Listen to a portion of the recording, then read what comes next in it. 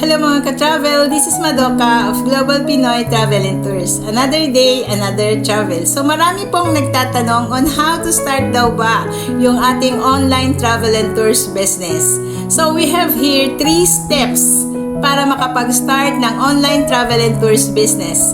So step number 1, attend free webinars. Ayan, meron po tayong mga free webinars na kinakonduct natin daily. So, pwede mo po ako i-message para ma-reserve po natin yung day at saka time na able po kayo mag-join ng webinar. So, ayan po, dito po i-discuss po about the company at ano po yung mga services na ino-offer po natin at paano ba tayo kumikita doon. And of course, yung mga different options or packages na pwede na nating umpisahan. So, step number 2. Ayan, choose your desired franchise package. Ayan, so it's up to you po kung ano yung franchise package na gusto po nating umpisahan or depende na rin sa budget natin.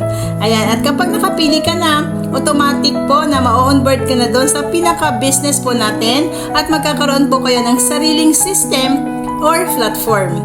So, ayan, step number 3. Ayan, attend training. So, bago po talaga kayong mag-promote or bago po talaga natin umpisahan na mag-transact dito sa ating negosyo, we will require you po talaga na umattend po dun sa ating mga trainings na provided.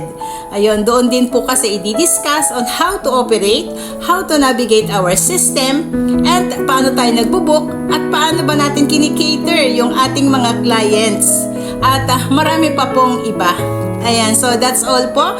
Yung ating 3 steps on how to start your online travel business. And it doesn't matter po kung ikaw ay full-time mom or ikaw man ay full-time housewife or kahit na po empleyado ka man sa ngayon or kahit ikaw ay OFW ngayon at nasa ibang bansa. Ayan.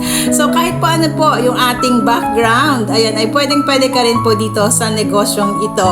So if ever po na gusto nating umattend dun sa ating mga free webinar, you can directly message me on my FB Messenger para po mabigyan kita ng invitation link. And with that, God bless po sa ating lahat.